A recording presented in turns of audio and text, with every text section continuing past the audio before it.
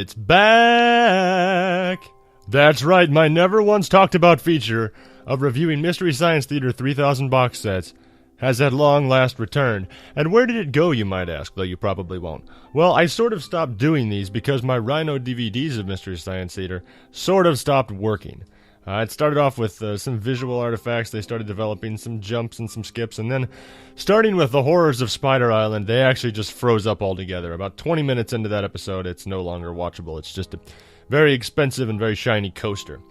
But I was excited in late 2008, I think in December 2008, maybe early 2009. Shout Factory, these guys, started releasing new Mystery Science Theater 3000 box sets, starting with this 20th anniversary edition. Admittedly, I thought this was a one-off kind of thing, but I was still pretty happy about it. So the first thing you'll notice about these box sets is the actual box itself. It looks and feels like a box. And that's actually probably not that strange unless you bought the Rhino versions, which we'll have a look at one here, which had all kinds of little fiddly bits on them, like a little wheel that you could turn and make the images change, and whatever this slidey blimp thing is supposed to be. And I guess that's kind of cute, but the reality of it is all this did was get caught on other DVDs and other fiddly box sets that they came out with, and it just ruined this one, it ruined the other one, and it really got on your nerves. So they did away with that, the Shout Factory did. And instead they started including these sort of artwork pieces that came with all the box sets. You got one for each movie inside. And these are pretty cool. They don't serve a lot of purpose, but who really? I guess you could wallpaper your wall with them if you got really bored. How much would my wife love that? More importantly, though, is the quality of the DVDs themselves. So like I said, I got this back in 2008, 2009. So it's been roughly coming up on 6 years that I've owned these. And in none of the movies have I experienced any problems. No glitches, no jumps or skips, nothing. These are very high quality DVDs. More importantly, the features on the DVDs are also very high quality. In fact, I think the features speak more to Shout Factory as a company than on most DVDs. I'm not a special features kind of person. I don't watch the making of. I don't usually like little art books that come with the movies and things like that. But the features on these box sets are absolutely fantastic. So on this first box set, you get a making of about Mystery Science Theater 3000, which is fine. You also get a Comic-Con thing. But there are much better ones on later box sets. You get the original trailers, which is really cool. But Shout Factory has worked with a company called Ballyhoo to produce these sort of featurettes about the actual movies themselves, not just the Mystery Science Theater part of it. And that really shows to me that Shout Factory understands Mystery Science Theater fans, because we do not hate these movies. In fact, if you're like me, you're fascinated by some of them. And to get a look into those old movies from people who are sort of movie historians is really fantastic. To get feedback on people who worked with someone like Tor Johnson, who's a Mystery Science Theater regular, though I'm sure wouldn't be particularly happy about that. You also get, some of them are funny, but you also get ones like on The Brute Man. There's a look into the really tragic life of Rondo Hatton. And it's kind of gut-wrenching to hear about this guy, and you gotta watch it after the movie, because it makes it really hard to laugh at him if you've actually heard his life story, which is probably not a good thing. But so the features are fantastic. The movies themselves, actually on this first box set, even though I thought this was a one-off, this is one of the better box sets that they've put out. I would say the weakest episode on here is the first one we're going to talk about, First Spaceship on Venus. And that's not really saying anything bad about First Spaceship on Venus. It's a great Misty. It's just how good these other three really are. All three of these are almost top 10s for me. That's how good these are. So without further ado, let's get on to the first of the Mystery Science series we're going to talk about, because it's the first one I pulled out of the box. First Spaceship on Venus. Oh, that's nice. Hey, come back here! So the first episode in this box set, First Spaceship on Venus, I think is the weakest in the set. Simply because the others are so good, but also a little because this episode, first of all, it was season 2, which they were still kind of getting their footing, still getting warmed up a little. They had their best seasons yet to come. But also because this movie suffers from a very rare problem in Mystery Science Theater. It might be a little bit too good for the show. The movie itself is actually pretty decent. I'd probably watch it just to entertain myself. It takes itself pretty seriously. There aren't a lot of really hokey, corny moments. Hey, you kids, stop running up there! Get you and your mother and I are very... Bingo. Okay, there's not a lot of them, but there are some. The movie seems pretty ahead of its time. Its view of Venus is fairly, well, what we would consider today fairly modern, aside from completely wrong. It's not as corny as some of the old serials were, the old American serials from the 1950s that were all about space. It takes a much more realistic view of space travel. It's a little bit darker than most of the movies we're used to. And it has sort of a multicultural, multiracial vibe to it. Even the women aren't necessarily just on board to bake cookies. So I think in that respect it's pretty far ahead of its time. The features are good. They start off with the first of the history of MST, which continues on. But the movie itself, it's okay. It doesn't make this box set worth buying. But I think you'll see the other movies most definitely do. Terrible name for laser eye surgery. Scares away the customers. Alright, the next movie in the set is Laserblast. One of my favorite episodes, definitely a top 10. I don't watch it as much as I would probably normally watch a Misty this good, because it's got kind of a sore spot with me, which I'll talk about in a minute. But let's talk about what makes this such a great Mystery Science Theater 3000. First of all, you have the characters. You have Eddie Deason is in it, which, enough said, really. You have a big fat cop and a stoner cop as his buddy, which make no sense whatsoever. You have a main character that you could not possibly care less about because he's completely one-dimensional, and his surprisingly even half-dimensional, can that be a thing? Girlfriend. She's even more vacuous than he is. You also have some of the weirdest aliens I've seen in a Misty, who appear to just be really badly painted clay sculptures that are stop-motion animated, and the whole plot of the movie consists of the fact that they forget to pick up their extremely deadly trash that they just leave in the desert on Earth. But on top of that, you have some really weird starring appearances by, for instance, Roddy McDowall, who's a real actor. I have no idea why he's in this movie. I don't know if he was drunk and thought he was walking onto the set of the next Planet of the Apes movie or something. I don't know.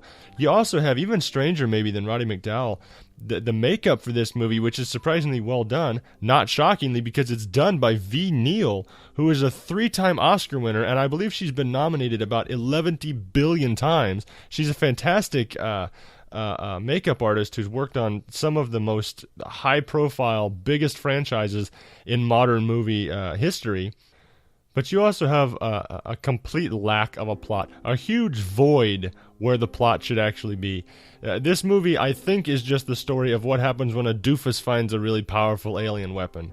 He runs around blowing up people and things, including a very memorable shot at Star Wars, which I guess this movie viewed as some kind of competition at the time, even though they are not even remotely in the same universe as one another. No pun intended. So the reason I don't watch this episode probably as much as I would another episode this good is one very simple reason. This episode is the culmination of the end of an era. So in Season 6, TV's Frank left. In this episode, you basically, I thought at the time, the entirety of Mystery Science Theater 3000 was coming to an end. I thought this was it.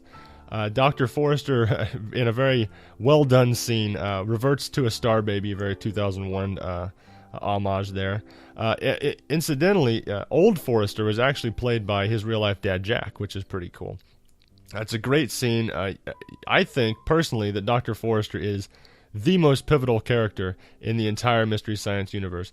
Not only was he Dr. Clayton Forrester from the very beginning, one of my favorite characters of all time, he was also the original Crow, and you could make an argument that who was the better Crow, him or Bill. Everybody does that with Joel and Mike. But the fact is, Dr. Forrester and his version of Crow, all of Trace's contributions to the show were absolutely pivotal, and I thought this was the end of Mystery Science Theater 3000. Plus, it didn't help that after this episode aired in its original premiere, Joel Hodgson's show, I think it was originally called The Xbox, which would have been funny if they'd actually used that, but I think they actually named it The Wheel Show or something like that, premiered, which made me think, well, here it is. All of these guys are going on to bigger and better things, and this is the end of Mystery Science Theater.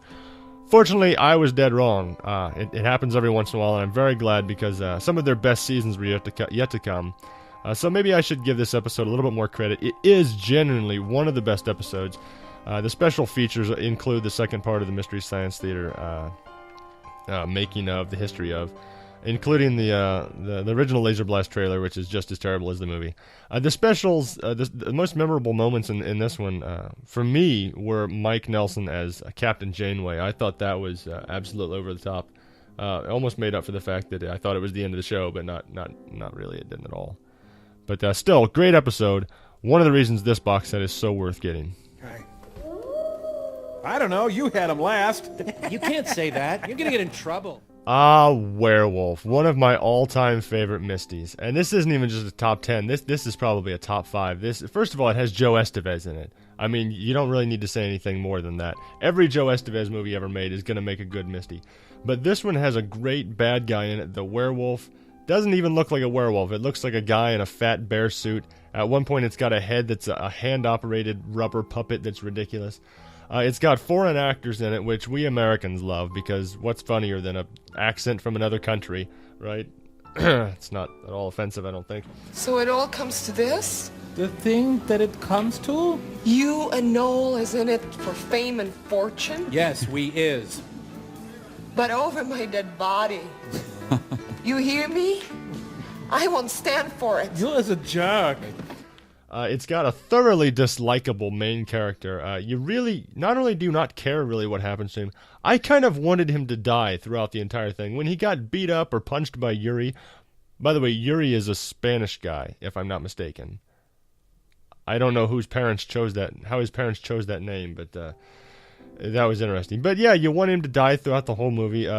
Spoilers, he doesn't, but what can you do? It's got a terrible twist ending. It's not really a twist if you're not in a coma. It's got a special guest appearance by Kevin's dog, Humphrey. That's always there's a fact you can forget about almost immediately. And it's got the final History of Mystery Science Theater featurette in it, which is pretty good. I enjoyed watching those. Really nothing I can say about this movie is going to make you want to buy it. You just have to watch it in all of its glory, and you'll completely understand. Here's the wind-up and the pitch. Werewolf? No, werewolf. Where? Say it.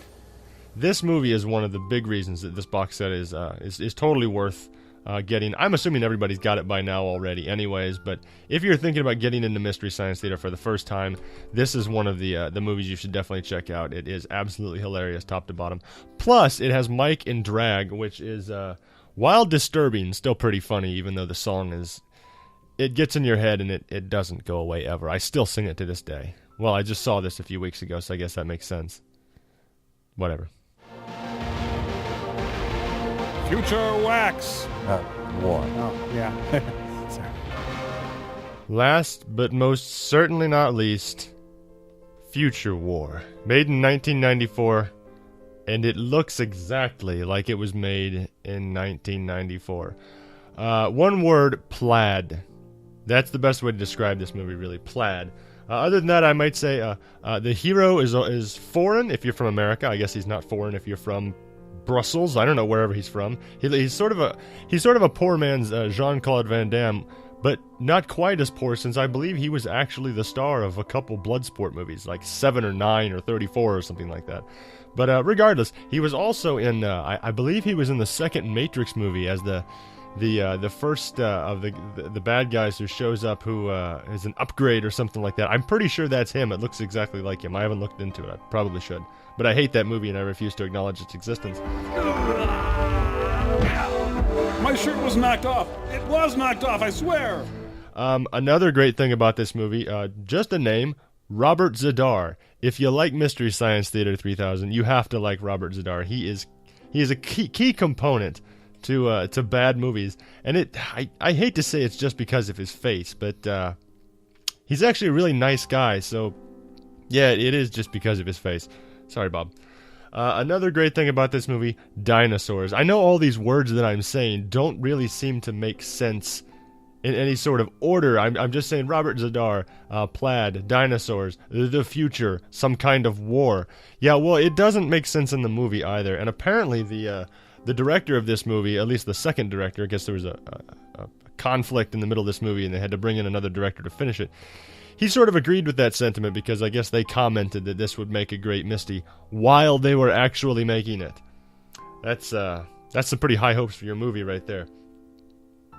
As for the host segments, I find the sci-fi host segments kind of weak because sci-fi did try to force the cast to make host segments that had a plot. And anybody who's followed Mystery Science Theater knows that didn't really work out. They just got kind of weird. They weren't as funny as they used to be because they weren't as irreverent. They were trying to make an actual story to Mystery Science Theater 3000, which was a huge mistake, and apparently Sci-Fi didn't really realize that. The only special feature on here is a panel from the 2008 San Diego Comic-Con, which is pretty interesting to watch. It's seeing where they are here and now, except that it's 2008, so it's sort of there and then, but regardless, it was more recent than the actual episodes. The movie overall is fantastic. I love this movie. It's definitely a top 10. So I think this is a great movie. It's a really good way to round off a very solid box set. This is definitely one of the better ones. One of the ones I recommend getting. It's the first one released. It's probably extremely cheap by now. I have no idea. I haven't actually looked into that. Would have been a good idea. All in all, this is a great box set. You can't go wrong with this one. There's nothing bad about this one at all. It doesn't really have any weak spots. The weakest episode in it is still a really good episode. So, that kind of wraps it up. I know this has been long. I'll try to blabber a little bit less during the future ones of these that I plan on doing that I will hopefully be able to get around to. All in all, this is a great box set and probably one of the best. If you don't already own it, go out and buy it. If you do already own it, I don't know, buy it again or go watch it. Whatever. It's your life. Bye-bye.